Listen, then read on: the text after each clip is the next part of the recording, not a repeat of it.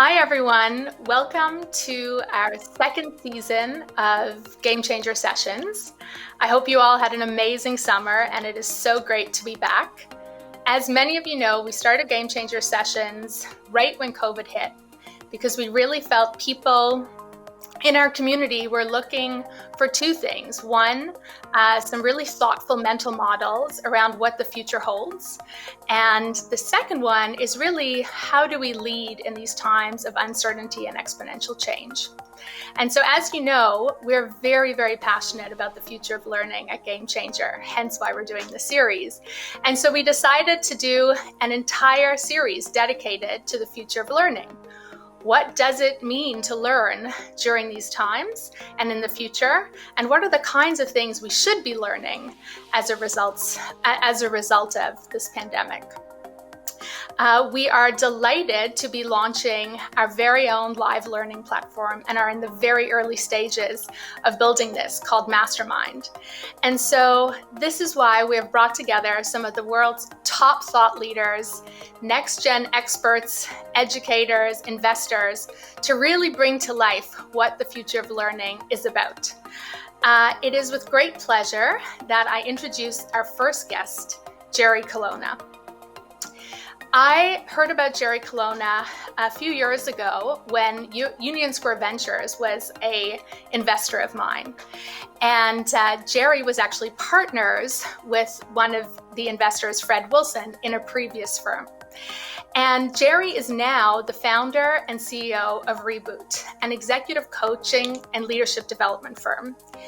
Jerry has been around many sides of the boardroom table as a CEO, as a founder, as an investor, as an executive.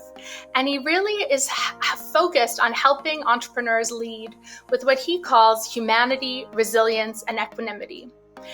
Jerry has a really inspiring story to share with all of us as he went from, being a partner at JP Morgan Partners to being a partner with Fred Wilson at Flatiron Partners to rebooting and launching Reboot. Jerry lives in one of my favorite places in the world, Boulder, Colorado. Jerry, thank you so much for joining us. Welcome.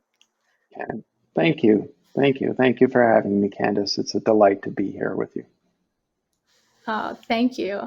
Well, I couldn't think of a more fortuitous time for you to be on our series. First, as the kickoff of our Future of Learning series. But more importantly, today is actually the first day past something in the Jewish religion called Yom Kippur. And what Yom Kippur is all about is rebooting.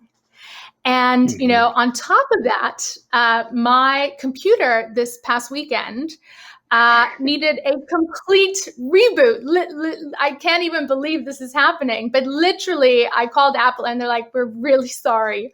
You just have to reboot the whole thing. So when I think about the universe telling me something, we are meant to be in conversation. Jerry, tell us a bit more about Reboot and your firm and what you do. Well, if you don't mind, let me just acknowledge Yom Kippur. And it is a time, it's a time not only for the rebooting, but it's also a time for forgiveness.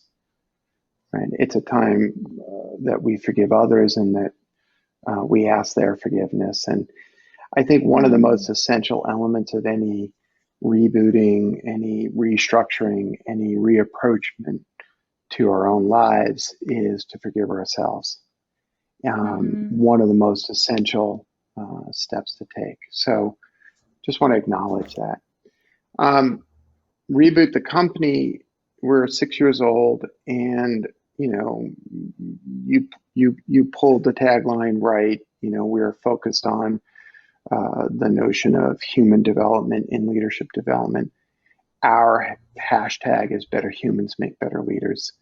And, the core belief system around that is that the notion that leadership presents an opportunity for us to grow into our fullest selves.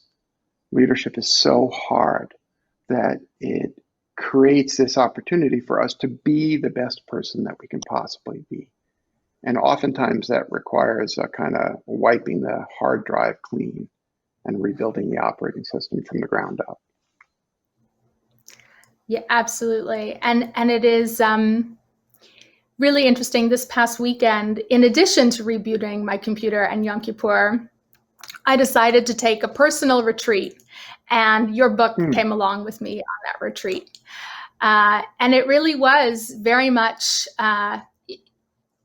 there's a comment in your book that you make, which is, this all starts with radical self-inquiry and learning about self. And there was a beautiful line that you mentioned, which is, we have to learn why we are what we are, and then we have to choose what we want to become. And I wonder, Jerry, if you'd be so kind to share a little bit more of your own rebooting story, because it certainly is a story of courage and inspiration, and left me with many a tear in a beautiful way, resonating with the narrative of your journey in rebooting. Sure, I'd be happy to. First of all, it's moving to me to know that my story is inspiring. I don't know that I would call it courageous. It certainly didn't feel courageous at the time. But I suppose looking backwards, the moments when we need to be courageous are the moments when we feel most afraid. And so they don't feel courageous at the time. What you're referring to is the fact that by my late 30s, I was outwardly successful. I was, as you noted before, Fred Wilson's partner. We had a very successful venture capital firm in New York. I was, a prince of the city in so many ways. And the challenge was that I was miserable inside. As I often say, the inside of me just did not match the outside of me. And after years and years of faking it, I got to the point where the house of cards just collapsed. And the depression that had always marked my journey throughout life had gotten so bad that I was suicidal. And to be clear, many people struggle with suicidal thoughts and feelings, suicidal ideation, as they would say. But when you have grown up with depression, and as is the case with me, have had an attempt, I tried to kill myself at 18, the reemergence of those feelings is particularly dangerous. And so, fortunately, I was in therapy with a nice Jewish lady from Great Neck, Long Island, Dr. Sayers. And when the feelings were so overwhelming that I wanted to take my life again, I was able to reach out to her for help. And in many ways, that was the moment in which the rebuilding, the rebooting of my life began. Because I had hit this nadir moment, and there was only two places to go: further down or up. And I thank God every day that I chose to go up. So I think that's what you were referring to. Yeah, absolutely. One of the comments you made in that journey of rebooting was this idea of finding how you feel safe, and finding this idea of being seen. And I wonder if you can, share a little bit more with others around the connecting these dots of radical self-inquiry, this notion of safety, and this idea of being seen. And the reason I ask is because in a very similar way, very different, I was not suicidal, but, was at the peak of my Union Square Ventures backed startup. And after that experience, I just was completely depleted and needed to do some radical self-inquiry. So, these themes are much broader for me than just being, in that suicidal place. It's more around the connectivity inward, as you just mentioned. Yeah. So let me lay some groundwork first. I think it's a useful framework. It's not definitive, but it's a useful framework to think that we are all organized around what I call the pursuit of love, safety, and belonging. We wish to be loved and to love. We wish to feel safe existentially, physically, emotionally, spiritually. And we wish to know to whom and where we belong. And so that we have a sense of who am I in the world? Now, as children, one of the ways that we respond to the naturally occurring wounds that happen in this sort of progression into adulthood is that we start to hide. We start to shape who we present to the world. Again, to feel love, safety, and belonging. And in many cases, the most extreme versions of this are that we begin to attach our sense of self-worth, our ability to be loved, safe, and belong, to an accomplishment of a goal. Getting a good grade, pleasing our parents, pleasing a spouse, pleasing a partner, or in the case of many entrepreneurs, the success of the endeavor. The system works. We get rewarded in school, we get rewarded in life, we get the pat on the head, we get the gold star, we get our test paper pasted on the refrigerator, and mom and dad are happy. The problem is that when we encounter real challenges in the world, when we encounter the things that we require resilience for, and that becomes problematic because we begin to doubt our own capacity to be worthy.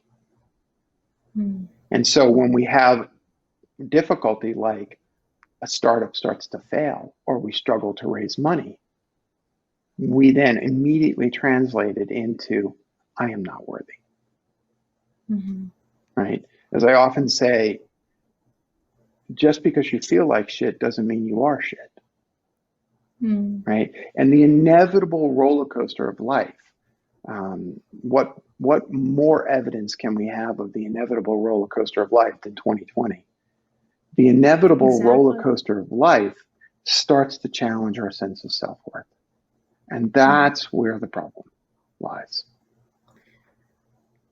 Super powerful. And so, let's take that idea, which is this notion of self-worth being attached to these other outcomes, and talk about, you work with some of the best CEOs and organizations and are teaching CEOs how to lead in these times. And, one of the things that you talk a lot about is this notion of leading in uncertainty. And this idea that, there's a beautiful concept you said, really around stars and this notion that, sometimes we're so attached to a path that we think we can force ourselves to see the shooting star. But in fact, it's when we soften our gaze. And I'd love for you to share some of the leadership lessons that you have, because if there's ever been a time that we're leading in uncertainty or recognize how much uncertainty there is, it's now. Well, thank you for referencing that image. It's a very useful image to describe the process of letting go and really being able to see things. I want to take it back to radical self-inquiry for a moment, though. Sure. So we talked about this sort of notion of love, safety, and belonging, and organizing ourselves for the pursuit of that. Where the leadership development process then leads to is this notion of unpacking the way in which we have organized ourselves in that pursuit. If a leader, if someone who has power doubts their self-worth, they can often use the organization and the experiences around the organization to try to assuage themselves, to close the hole in their chest. This is understanding this and unpacking this and then reversing it is essential to not only being able to manage well during normal times, but in especially difficult times. So how does this work? We are living in these incredibly challenging times. We are living through some of the most difficult experiences a leader is going to encounter. When we live through this kind of false front where we attach our sense of self-worth to the outcome, we are disconnected from purpose. We are disconnected from meaning. We are disconnected from community. The irony is what we need more than anything else during uncertain times is purpose and community and connection to each other. And so by understanding this, by unpacking this, you get to reinforce the connection to other people and then therefore feel more resilient and ultimately be okay. Equanimity, even with the most difficult things that are happening. Super powerful mental model of that. You know, I think one of the things that you really talk about is this idea of community. And actually your tagline is so beautiful, which is, you are not alone. I've seen you write in a lot of your work, you're not alone. And I certainly know that journey into leadership is very lonely for people. And, you know, one of the things that you just said that is so profound and such a big difference is the unintended consequences of not feeling worthy and how that ripples through an organization. I mean, the points where I cried in your book just recently were that recognition that all the self-harm I do to myself around these ideas of not good enough, it's not enough, it's not, and the list goes on. It's not really about me. It's about all the other people I impact in the work I do as a leader and as a mom and as somebody in the community. And that self-compassion, actually allows everybody to then create an environment that is much healthier, much safer, much more sense of belonging. And so, I'm super bought into the framework you're talking about. I guess one of the things I'd like to understand more is, how do you create this shared experience? One of the things you're known for is that learning isn't about a sage on stage. I think you've actually said that. Can you talk more about how best we learn as humans and as leaders? Sure. So first of all, a hat tip to my teacher, Parker Palmer, who helped me understand that violence is what we do when we don't know what to do with suffering. And I'll build upon that by saying violence to ourselves, violence to our communities and our organizations, and violence to the planet. Now, if you hold that bit of wisdom for a moment and you say, okay, how do we create a learning environment that is safe for people? Well, the first step is that the person who holds the most power, which oftentimes is the person that is in that projected, idealized place of the sage on the stage, must know what is going on inside of themselves, must be able to manage their own suffering. Because if not, the teacher, whatever the structure is, teacher in a formal classroom, teacher in an informal environment, will inadvertently, unconsciously ask the people around them to make them feel better about themselves. And so much toxic behavior, whether it's in our communities, quite frankly, in our country, in our political realm, in our organization structure, stems from the fact that the person who holds the most power is unwilling to confront their own brokenness. And the result is not only a lack of learning, but violence and toxic behavior throughout the community. Thich Nhat Hanh, the Buddhist teacher, has a wonderful little teaching, which is peace begins with me. I'm going to get all Brooklyn on you. I got to get my shit together if I'm going to stand in a place of leadership. That's my moral and ethical responsibility. Mm-hmm. Only then is learning safe. Right. Only then. I think it's so powerful, that idea. And, I'm curious because you work with a lot of CEOs of, rocket ship companies. Can you talk a little bit about some of the experiences that you've been able to facilitate around helping leaders actually recognize this? Because, as you say, the rewards aren't always clear that this behavior is rewarded.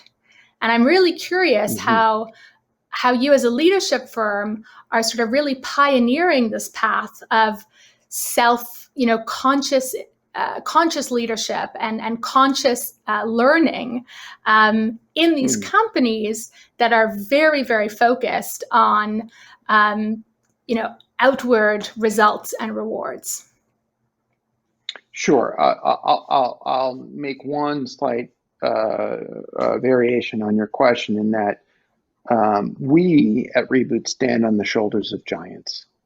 We are part of a community of people who are dedicated to the notion that conscious leadership is better leadership, and that better humans make better leaders. And there may be bits and pieces in which we, quote, pioneer things, but all art is derivative. And I want to honor and recognize all the people who are working in this field. A simple expression, a simple story around this is a story of a rocket ship company in which I got a phone call one time because two vice presidents had gotten into a fist fight. I'm going to say that again. Wow. Two vice presidents had gotten into a fist fight in a meeting. Wow. And when I got to the company to figure out what was going on, what it turned out was that the two vice presidents had each thought that they were responsible for the same area. And they presumed that the other was being political. And it got so bad, it got so heated that they actually struck one another. When I started to unpack what had happened was that the CEO had promised them both the same thing, because he was trying to avoid a conflict. When we unpacked why was he trying to avoid the conflict, what we got to was him being 8 years old, watching his father hit his mother. And the internalized lesson was, doesn't matter the consequences, conflict is to be avoided at all costs. Now, fast forward, this person is an adult with an enormous amount of power. Yet in that moment, he's transported back, time traveled, all the way back to being 8 years old, helpless and scared. Now, not every instance of conflict avoidance leads back to that kind of a scenario. But almost all conflict avoidance stems from fear of anger, stems from an association of anger with violence. Then you look at modern organizations and you say, how come people don't tell the truth to each other? How come people won't resolve things? We have a problem with innovation. You have a problem with conflict. And because you have a problem with conflict, let's look at the person who has the most power to figure out what's going on. Super powerful to sort of recognize that radical self-inquiry as learning as a leader, and what you say, really, I know my challenges as a leader stemmed from, a lot of the traumas, of my childhood. And it was really until I had spent the time, I always used to say, there's this silver lining, I'm super ambitious and I'm driven, and anybody puts anything on my back because I get it done. But underneath, there was this dark belly of intertwined tangledness. And unless I focused on sort of unpacking those tangles, I would always be triggered by the same sets of experiences.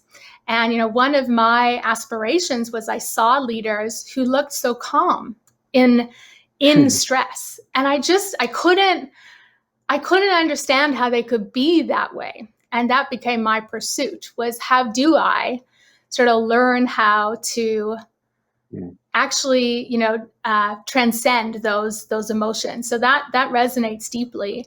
What I'm really curious about is some of the ways in which you're teaching these very profound teachings. One of the things you comment on is this beautiful formula, and it's radical self-inquiry, practical skill development. The word shared experience equals enhanced leadership and greater human resilience. And at Mastermind and at Game Changer, we're really interested in this idea of shared experience, that learning comes from groups and from reflective experiences. Can you talk about the work you do and why the shared experience is important and how you do that? I'll demonstrate it rather than talk about it. Okay? Sure. So when I heard you tell your story, I started to smile, because what I saw was a young girl who pursued achievement in order to feel better about herself. And when that house of cards started to fail, she again looked outside for role models to figure out how to make it all work. Until that started to fail. And so the question that occurs to me is, what happens to Candice's core value, her core self-worth, even if you did not come home with an A, even if you did not do the best in the room? I want you to bring your attention to how you're feeling right now. Think of the softness that's in your body. Think of the softness that's in your face right now. That is the moment where resilience gets born. That's the moment where equanimity gets born. Because that little bit that you shared with me enabled me to turn the lens back onto you. I know it's a little scary. I know it's a little frightening. It's a little revealing. But this is the source of your power. Now, from that place, you lead. Absolutely. So you asked me a question, how do you? I wanted to show you how. It's not about me. I can lay this all out. So back to the formula for a moment. The how do I do it? How do I do it? We blow a kiss to the wish to know how. And we step into the doing it. Now, bring yourself to a last point. Do you feel closer or further away from me as a result of what just happened? I definitely feel closer. I think, it's a vulnerable place, right? And so I think when somebody sees you, it's both terrifying and also very, very healing. And that's, certainly been my journey around sharing sort of what used to plague me. And not to say that it's completely gone, but it's light years difference in terms of how I lead, how I take risks, how I put my purpose in the world through Game Changer and through Mastermind. And I wasn't able to do any of this before because I was so wrapped up in what other people thought of me and in failing. Now, stay right there. Stay right there. Notice that. Notice that in order to feel seen and not alone, we have to go first. Yeah. We have to take the brave step to allow ourselves to open up. I guarantee you that the people who are watching these, either live or later, are going to pause and feel closer to you. That's the shared experience. right? Now, we haven't changed anything about your intellectual ability to lead, but we've made you less alone and thus more resilient and more okay with the world as it is. Does that make it Absolutely. sense? Oh, absolutely. And you have disappeared from my screen. Hang on. There you go. Okay. It absolutely does. And what I will say, while I'm not being interrupted by a phone call, is it's actually in learning, in what my experience of this type of shared experience learning has been, that I don't even need to sometimes tell my story afterwards, to like just being in the shared experience of people being vulnerable and sharing their truth, their authentic truth, is the most learning, is the deepest way for me to, learn that it's okay, for me to have these feelings, have these experiences. This idealized version of what being a leader is really deceiving. And I think, your point is very well taken, which is I have to go first to have my truth, show up. But I can also learn so much once I've shown up from allowing others to share their truths. I don't know if you know this, but I had booked to come on one of your boot camps last year, and it actually got canceled due to the pandemic. And I was really excited. I have many friends who are venture capitalists and founders and CEOs who've gone on these really immersive, deep learning experiences. And I wonder if you can share, Jerry, a little bit more about, exactly what you just did here, which is, what these boot camps entail. And then obviously, during this pandemic, we're moving to online. So my next question is going to be, what happens then? But let's stay present to what happens in these immersive boot camps for people. Well, I'm sorry that we weren't able to do the in-person. And I will note that my team and I have designed what we're calling the Reboot Weekend, which is an experience that is different, but ideally just as intimate, just as sharing, just as transformative.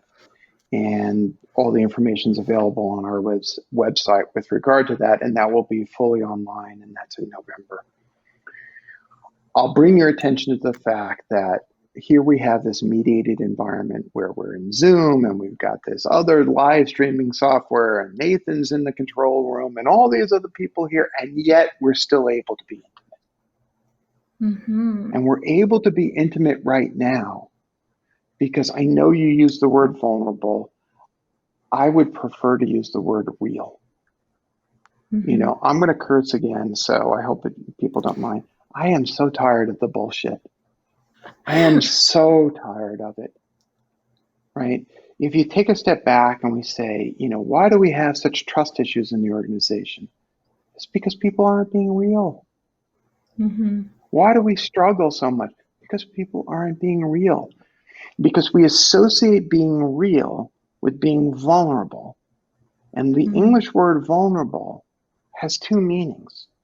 It means, on one level, showing one's true self, but it also implies weakness. It connotes weakness. When the wall has a vulnerability, it means I can punch it and put my fist through it. The problem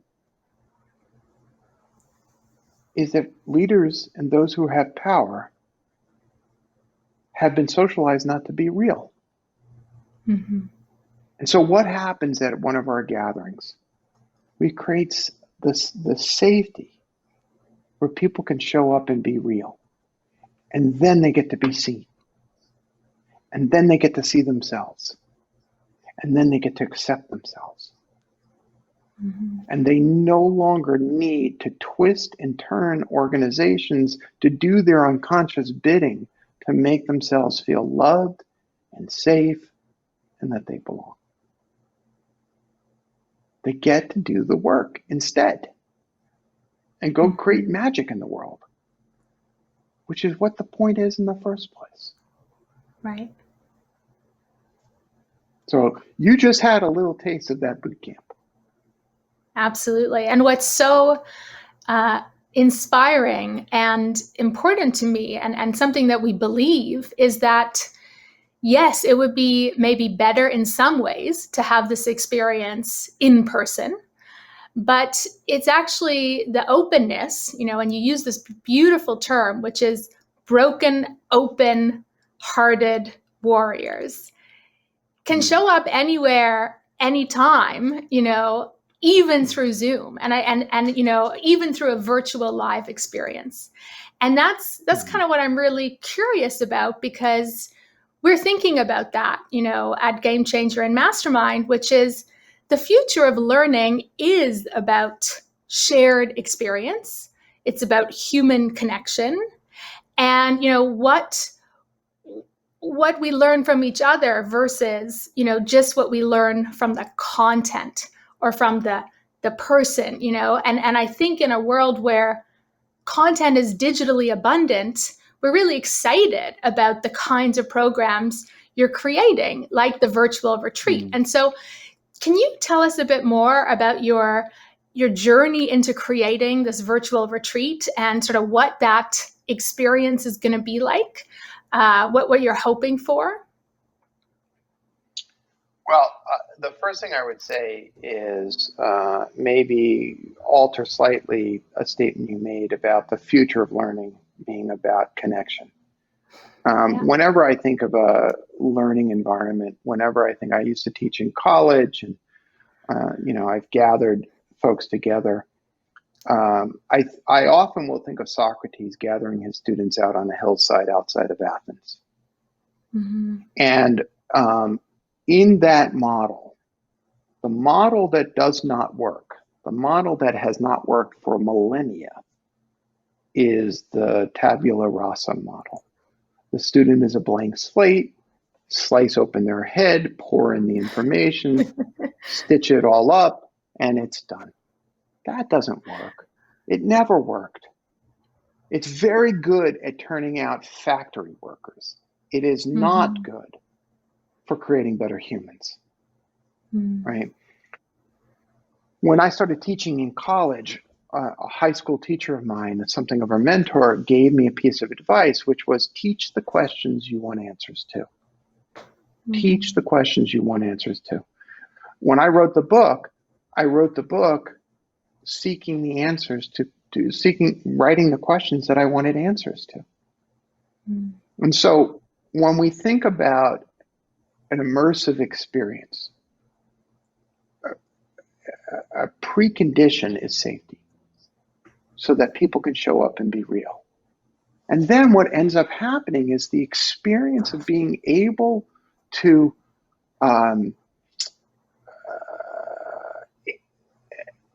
explore the questions together, where there is no separation between the teacher and the student, but it's a community of learning, community dedicated to learning.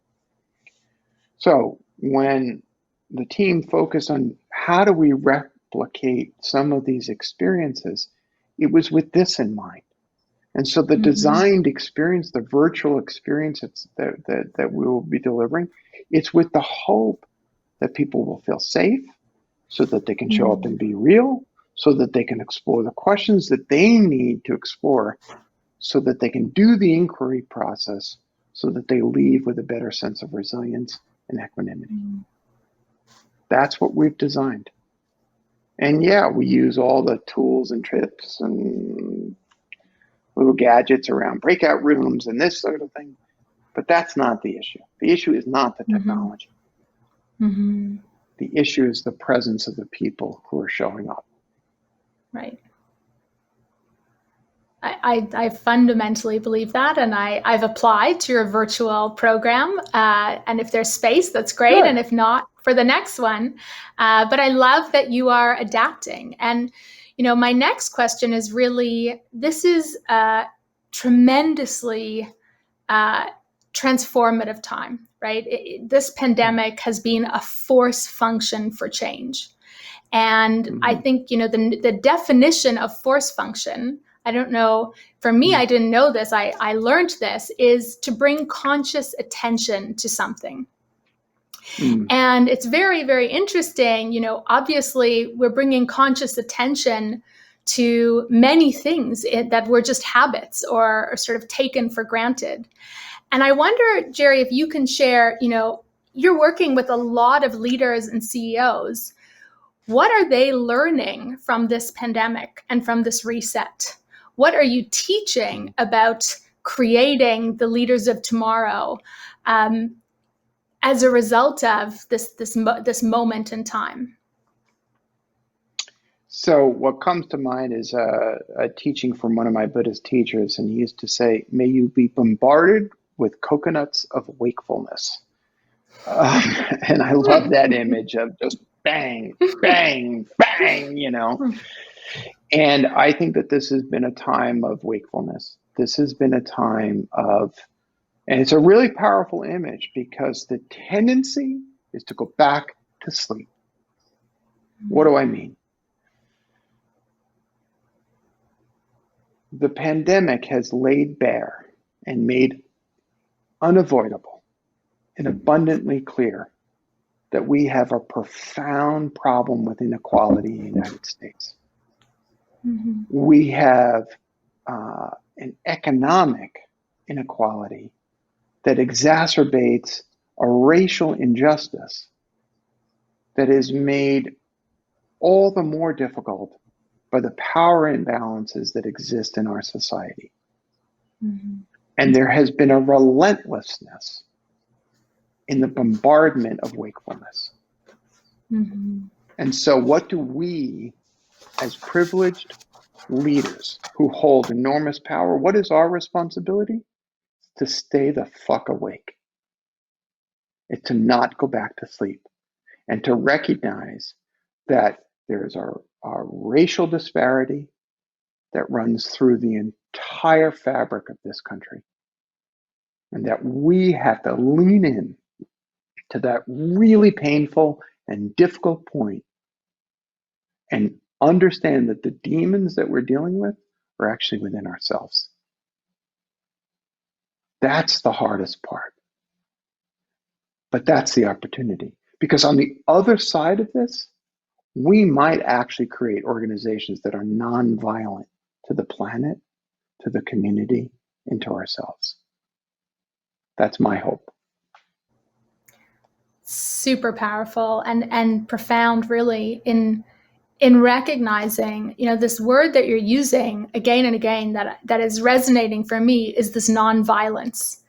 And, it is to all of these areas of our life. And so I think that recognition, that awareness of this racial tension as leaders and this polarization is definitely something that resonates around what's being taught.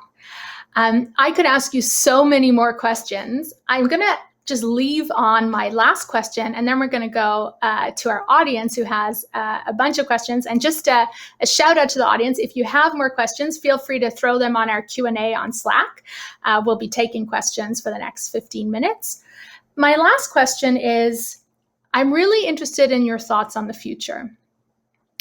Obviously we can't predict the future. I'm not asking you to, but I'm asking to get your sense of what does the future of learning really look like? Are we going to go back to in-person experiences? Are we going to change the curriculum of what we learn in companies?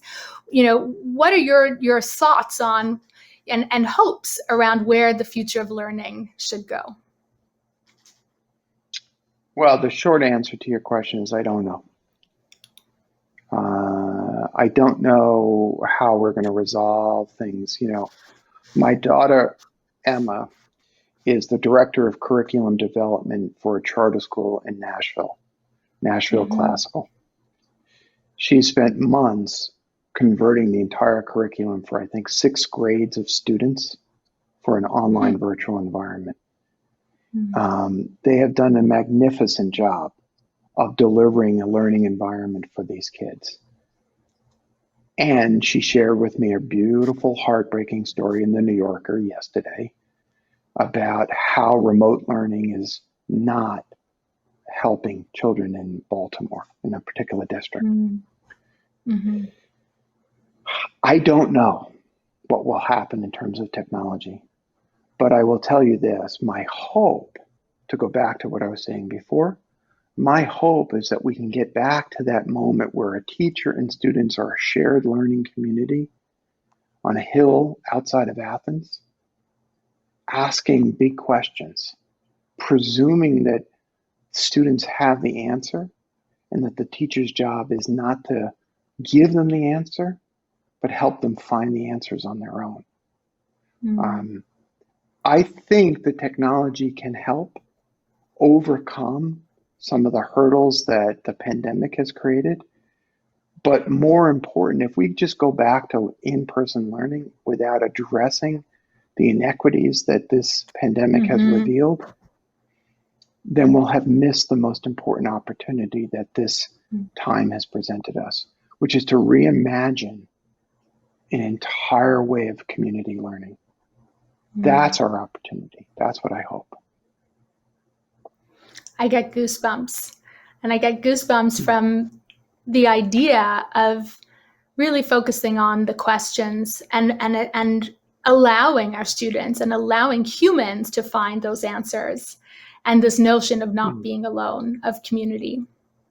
I could spend hours talking to you and asking you more and more questions, but I'm going to shift over to our amazing community at Game Changer who have some wonderful questions. So the first question is from Hamida. And Hamida says, thank you for sharing with us your story as a teenager. How would you guide some of us who are parents of teenagers to support our kids to get the sense of self-worth so they can be resilient as grown-ups and can be true future leaders in their personal and professional lives?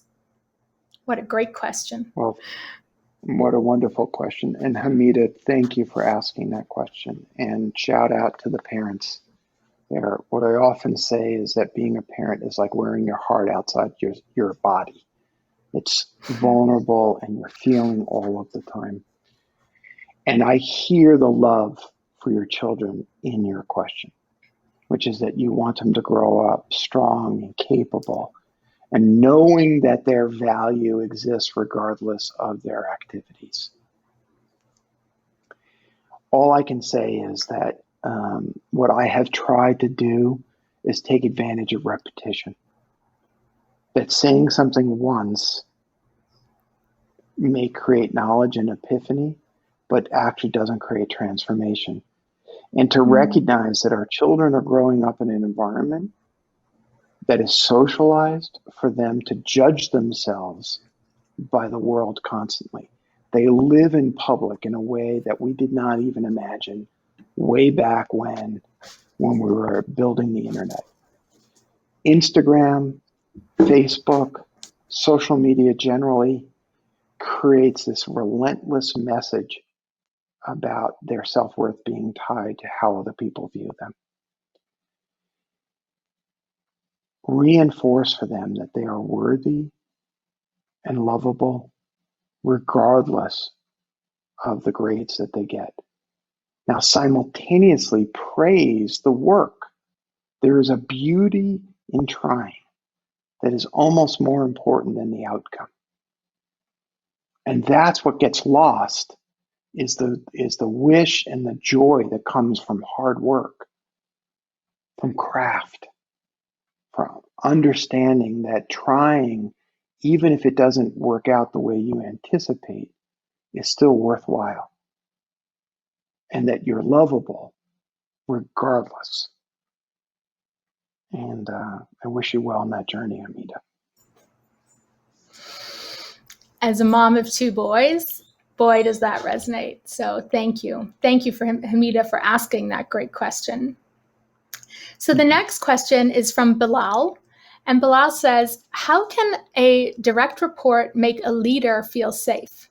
I'm asking because direct reports or reports don't have a full view that the leader has on the state of the company.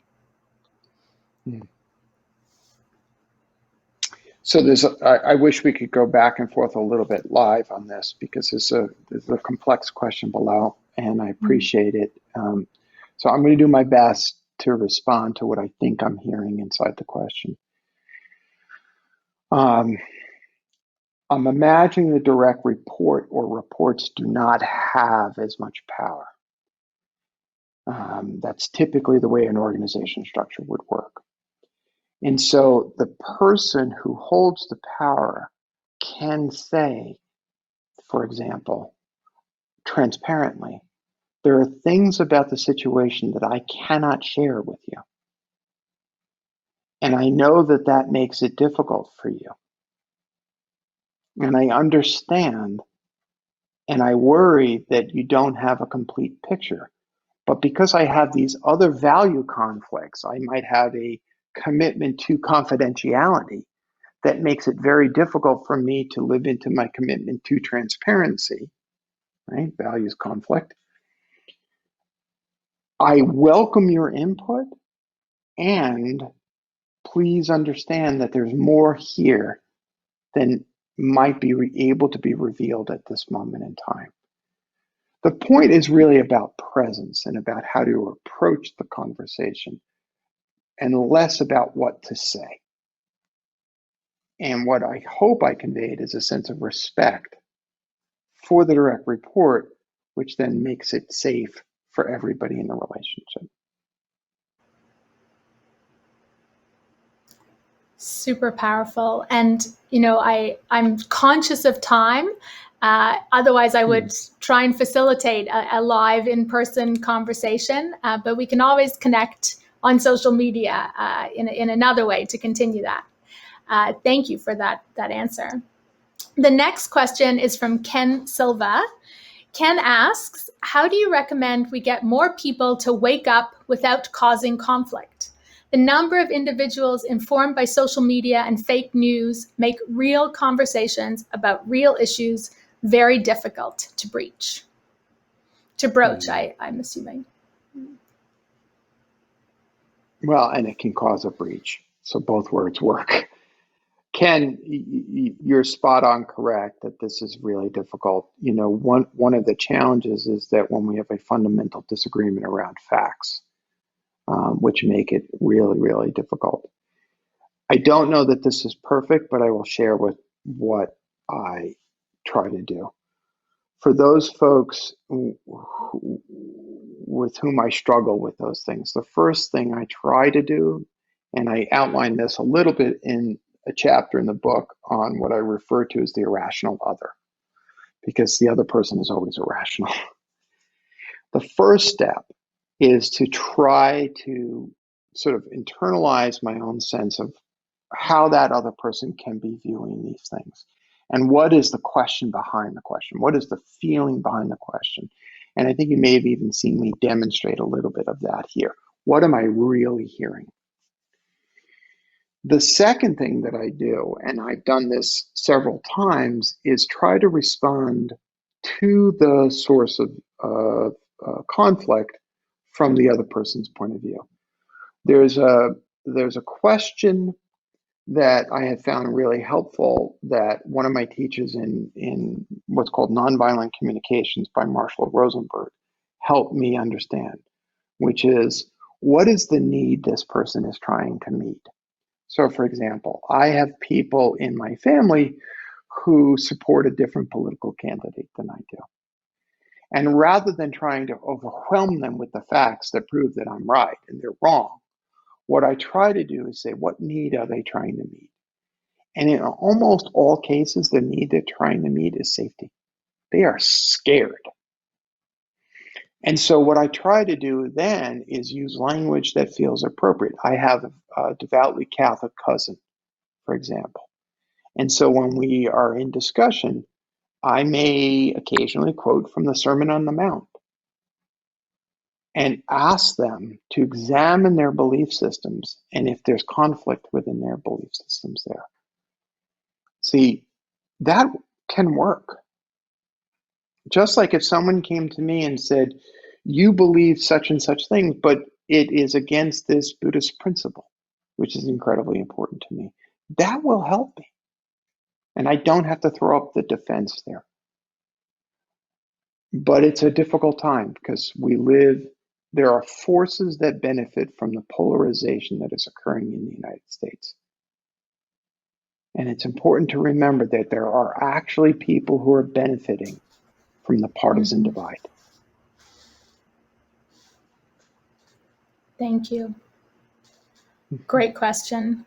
So we have time we don't really have time, but I have to have one more question from our audience. This is from Tina, and it's such a beautiful question. Tina asks, in your experience, do most leaders feel ready to be real after hitting a low point? For example, those two VPs getting into the fist fight. Or are there other experiences that lead to readiness for this type of learning? Tina, it's a great question. Thank you for that. And what it brings to mind is, and I do write about this in the book as well, standing on the shoulders of Warren Bennis, the great leadership writer, he speaks about the crucible moment.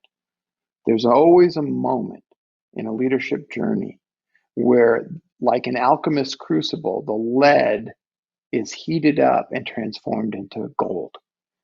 And those crucible moments, unfortunately, most people try to avoid them. And so, yes, those breakdown moments are an opportunity to really reach deep down inside and to ask oneself questions like, how do I want to be as a leader? Now, the two vice presidents that I spoke to before, I sat across from them and I said, is this the adult that you want to be? They both identify as male. They're both fathers. And I said to them, is this the kind of men that you would like your children to become? That's a radical question to ask. And when they pulled back and said, that is not who I want to be, that was the crucible moment. So powerful. I know we are hitting up against the hour. And Jerry, I just want to say thank you. This has been an incredible experience for me. And I can see by the questions a really profound experience for our community. And the work you're doing is so impactful and so needed in a world that is so polarized and has so many of these issues that our community highlighted. So thank you from the bottom of our hearts for joining us and for sharing your work and your wisdom and for really living your purpose. And you have a beautiful quote in your book, which says, lead with a strong back and an open heart. And it is clear that you do that. So thank you again for joining us. We really enjoyed having you. Well, thank you for having me. And thank you to everybody who joined today. You made a difference, even though I couldn't see your faces. Thank you. And with that, I'm very conscious of the fact that people have to get back to their lives at the top of the hour. So I'm just going to say a few thank yous and also let people know that our next guest is somebody who is absolutely reinventing the way virtual live learning is happening. It's David Perel, who is the creator of Rite of Passage. It's a phenomenal writing program that he's doing in virtual live cohorts. And he's also the host of our North Star podcast. And this is October 5th, so next Monday at 12. And I have so many thank yous because obviously this is not a single person effort. This is a team of people and a real community. And so the first person I have to say thank you to is Nathan from Either Live. Nathan is getting married today. He is literally in New York about to get married, and he just wanted to show up and help us bring these sessions to our community. So Nathan, congratulations, and thank you so much for making this experience happen. Thank you to Corey Marr for producing this. Thank you to Jerome and Maggie and Samantha on the Game Changer team. Thank you to Chris Sikornik, who is my amazing partner in Mastermind, where we are really obsessed with creating the tools for really deep shared experience and virtual live learning experiences. And we have incredible partners in this community. We have Toronto Life Insider, CIX, the Canadian Innovation Exchange, W North, York University, General Assembly, Getting Smart, TechTO, Rotman School of Management, and TKS. You're all amazing for wanting to bring these very deep conversations around the future of learning and leadership to our community. Thank you all. I hope you have a wonderful week. And Jerry, this was really a reboot for me and for our community. Thank you.